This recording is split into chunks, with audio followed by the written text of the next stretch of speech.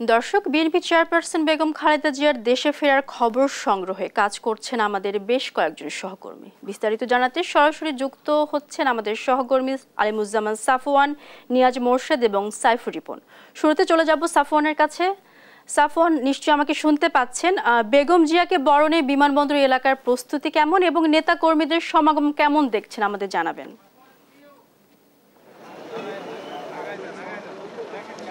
বাংলাদেশের গণতন্ত্রে আপোষহীন নেত্রীখ্যাত বেগম খালেদা জিয়া আর কয়েক ঘন্টা পরেই ঢাকার হযরত শাহজালাল আন্তর্জাতিক বিমানবন্দর অবতরণ করতে যাচ্ছেন, এমনটি হচ্ছে সর্বশেষ খবর।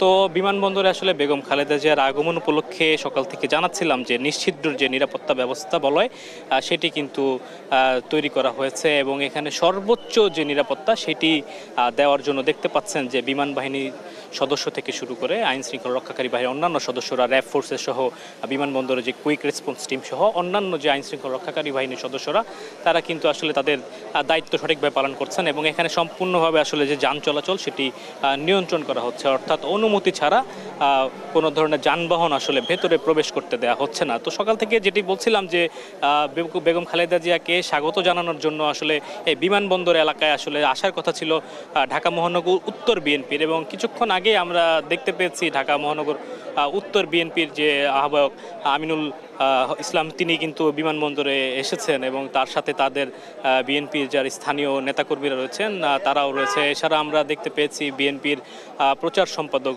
সুলতান সালাউদ্দিন মাহমুদ টুকু, তিনিও এসেছেন বিমানবন্দরে যে ৮ নম্বর গেটটি রয়েছে, কার্গো গেট, সেখানে।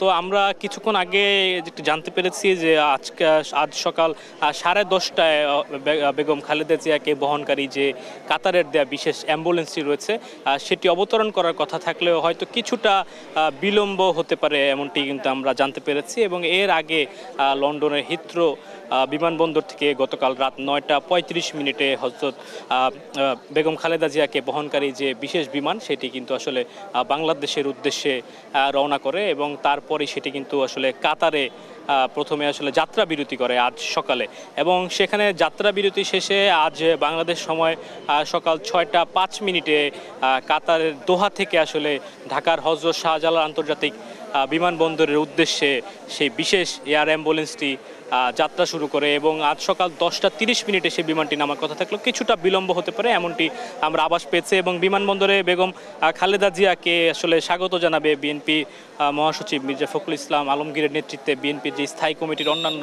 যে সদস্যরা রয়েছে তারা কিন্তু বিমানবন্দরের একেবারে ভেতরে বেগম খালেদা জিয়াকে অভ্যর্থনা জানাবেন এবং বাইরে থাকবে যথাক্রমে তাদের আসলে অন্যান্য যারা নেতাকর্মীরা। তো এখানে আসলে সিভিল এভিয়েশন এবং বিমান কর্তৃপক্ষের বেশ কিছু কর্মী তারাও কিন্তু ওই বিমানবন্দরের যে কার্গো গেট এলাকা রয়েছে তারা এখানে এসেছেন। তাদের যে গণতন্ত্রের আপোষহীন নেত্রী বেগম খালেদা জিয়া, যিনি দীর্ঘদিন এই বাংলাদেশের গণতন্ত্রের জন্য আসলে লড়াই করে গেছেন এবং নানা ধরনের নির্যাতন নিপীড়নের শিকার হওয়া সত্ত্বেও তিনি আসলে কখনো দমে যাননি। তিনি তার এই লড়াই চালিয়ে যেতে গিয়ে তিনি অসুস্থ থাকার পরেও কিন্তু তাকে আসলে বিগত যে সরকার তাকে কিন্তু আসলে তার শরীরে নানা ধরনের রোগ এবং জটিলতা থাকার পরেও কিন্তু তাকে আসলে চিকিৎসার যে সুযোগ, অর্থাৎ উন্নত চিকিৎসার সুযোগ তিনি কিন্তু চেয়েছিলেন বেগম খালেদা জিয়া, তাকে কিন্তু সেই সুযোগটি আসলে কিন্তু তাকে দেওয়া হয়নি। তো অর্থাৎ এই অন্তর্বর্তী সরকারের আমলে তিনি সর্বশেষে এই সুযোগটি আসলে পেয়েছেন এবং তিনি গত 7ই জানুয়ারি লন্ডনের উদ্দেশ্যে যাত্রা করেছেন উন্নত চিকিৎসার জন্য এবং দীর্ঘ 17 দিন হাসপাতালে চিকিৎসা শেষে তার যে বড় ছেলে তারেক রহমান তার বাসায় থেকে কিন্তু বাকি চিকিৎসা সেটি নিয়েছেন এবং সুস্থ হয়ে কিন্তু বেগম খালেদা জিয়া আজকে কিন্তু বাংলাদেশে ফিরে আসছেন। তো এই মুহূর্তে আমরা আসলে যেতে চাই হোটেল রেডিসন এলাকায় এবং সেখানে রয়েছেন আমাদের সহকর্মী নিয়াজ মোর্শেদ। নিয়াজ, আপনি সেখানে রয়েছেন এবং সেখানে তো রাস্তার দুধারে বিএনপি নেতাকর্মীদের অবস্থান করার কথা রয়েছে, সেখানকার সর্বশেষ পরিস্থিতি কি দেখছেন আপনি? দীর্ঘশ্বাসটা আজকে ছুটি নিয়েছে কিন্তু উচ্ছ্বাসটা আজকে রাজপথে। আপনাকে যদি একটু দেখাই যে উচ্ছ্বাস আসলে নেতাকর্মীদের কি পরিমাণ, সেটা যদি একটু আপনি ক্যামেরার চোখে দেখেন, বেশ কিন্তু নেতাকর্মীদের উচ্ছ্বাস সকাল থেকে আমরা দেখতে পাচ্ছি। তাদের প্রিয় নেত্রী, গণতন্ত্রকামী নেত্রী এবং গণতন্ত্রের যে যাকে কান্ডারি বলা হয় বেগম খালেদা জিয়া, তিনি আসবেন এবং তার এই আশাকে কেন্দ্র করে কিন্তু আজকে এখানে কিন্তু নেতাকর্মীদের উচ্ছ্বাস কিন্তু একেবারে বাদ ভাঙা এবং পুরো একেবারে বিমানবন্দর এলাকা থেকে আমরা এখন আছি রেডিসন, আমরা কিন্তু পুরো এলাকা কিন্তু আমরা দেখেছি ফুটপাতে ইতিমধ্যে বিভিন্ন জায়গা থেকে নেতাকর্মীরা এসে কিন্তু এখানে ভিড় করেছেন এবং সেই সাথে কিন্তু আপনার নেতাকর্মীরা কিন্তু এখানে এসে তাদের যে উচ্ছ্বাস সেটি প্রকাশ করছেন। আমরা যদি কথা বলি, আজকে যে এখানে আসছেন কি উদ্দেশ্যে এখানে আসা এবং বেগম খালেদা জিয়ার কাছে কি প্রত্যাশা করেন? প্রথমত এখানে এসে বহুদলীয় গণতন্ত্রের প্রবক্তা শহীদ রাষ্ট্রপতি জিয়াউর রহমানের সহধর্মিণী এবং বাংলাদেশ জাতীয়তাবাদী দলের মাননীয় চেয়ারপারসন, তিনবারের প্রধানমন্ত্রী দেশনেত্রী বেগম খালেদা জিয়া অসুস্থতার জন্য চিকিৎসার জন্য দেশের বাইরে গিয়েছিলেন। চিকিৎসা শেষে তিনি দেশে ফিরছেন। সেই সাথে বিগত 17 বছর ধরে আপনারা জানেন যে আমাদের বেগম জুবাইদা রহমান দেশের বাইরে ছিলেন, তিনিও দেশে আসছেন। আমাদের নেতাকর্মীদের মধ্যে এক ধরনের আনন্দ, এক ধরনের উচ্ছ্বাস এবং আমরা এটাকে বিজয় হিসাবেই দেখছি। এতদিন পরে উনি আমাদের মাঝে আসছেন, এই জন্য আমরা উচ্ছ্বসিত। আমরা বিশ্বাস করি গণতন্ত্রের মার হাত ধরে যেরকম গণতন্ত্র সুরক্ষিত, আগামী রাষ্ট্রনায়ক দেশনায়ক জনাব তারেক রহমানের হাত ধরে বাংলাদেশ সুরক্ষিত থাকবে। এবং এরই ধারাবাহিকতায় আমরা চাই আজকের যে যাত্রা, আজকের যে ওনার স্বদেশ প্রত্যাবর্তন, এটার মাধ্যমে যেন বাংলাদেশের গণতন্ত্রের আবারও সূচনা হয়, আবারও গণতন্ত্র রক্ষা। যেমনটি শুনছিলেন, আসলে নেতাকর্মীদের কিন্তু উচ্ছ্বাস কিন্তু তাদের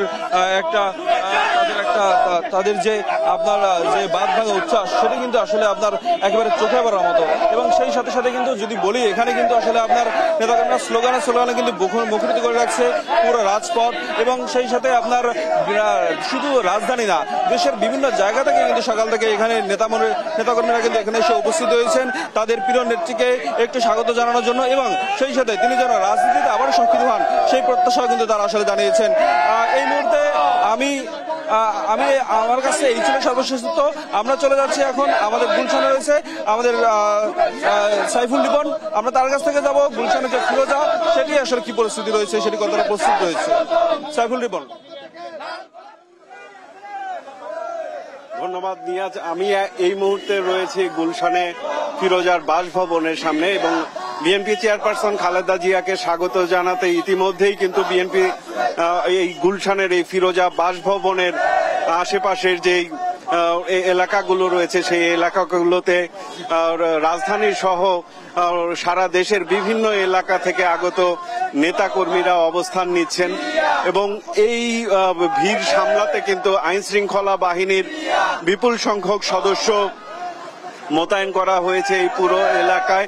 এবং আমরা এসে যেটি দেখেছি যে সকাল 7:30টার দিকে বিএনপি চেয়ারপারসন খালেদা জিয়াকে স্বাগত জানানোর জন্য যেই গাড়ি বহরটি প্রস্তুত করা হয়েছিল বেলা সকাল 7:30টায় সেটি এই ফিরোজার বাসভবনের সামনে থেকে হযরত শাহজালাল আন্তর্জাতিক বিমানবন্দরের দিকে রওনা দিয়েছে। এবং এখন এই মুহূর্তে বিএনপি চেয়ারপারসন খালেদা জিয়ার বাসভবনের সামনে যে পরিস্থিতিটি, সেই পরিস্থিতিটি আপনার মাধ্যমে আমরা দর্শকদের দেখানোর চেষ্টা করছি। ইতিমধ্যেই এই ফিরোজা বাসভবনের চারপাশে যে আইন শৃঙ্খলা বাহিনী সদস্য সহ সেনাবাহিনীর সদস্যদের মোতায়েন করা হয়েছে এবং আইন শৃঙ্খলা রক্ষাকারী বাহিনীর সদস্যরা বারবার নেতাকর্মীদের যেটি বলছেন যে তারা যেন